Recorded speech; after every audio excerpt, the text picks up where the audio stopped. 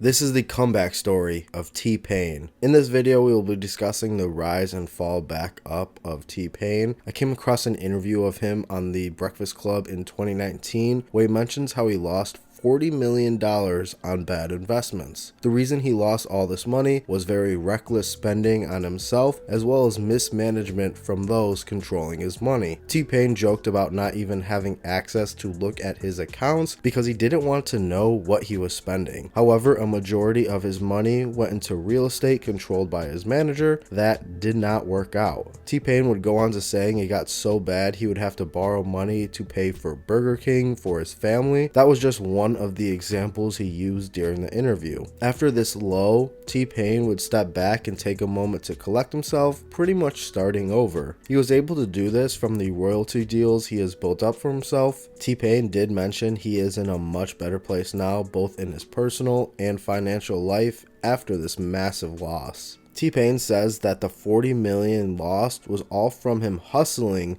to get that $40 million, but now that he is established, he does not need to put in that same effort to bring in income. It makes sense because he already built up income streams in music and has relationships outside of music to make that comeback easier. He still is working on that financial comeback with having his Rolls Royce being repossessed in November 2021. When talking about the situation, he gives the same advice to have someone watch over the person who oversees your money. T-Pain is in a position that not a lot of people have, and that is the ability to start over. He did lose $40 million from terrible investments, but he still built up what he needed to push himself back up simply by starting over. Failing is very important to success because it shows what you need to change. In T-Pain's case, it showed him that he needed to have more trustworthy people in his circle, as well as checking himself to make sure he understands his financials and is not being reckless. I'm happy that T-Pain is in a better place personally and financially. That man has had massive influence to the sounds that we hear in mainstream music today. I think his influence is not talked about enough. After T-Pain lost it all, he was able to step back, learn from his mistakes, and take the proper steps needed to move forward. And that is the comeback story of T-Pain. Let me know what you thought of this video in the comments below. Thank you for watching. Have a great day.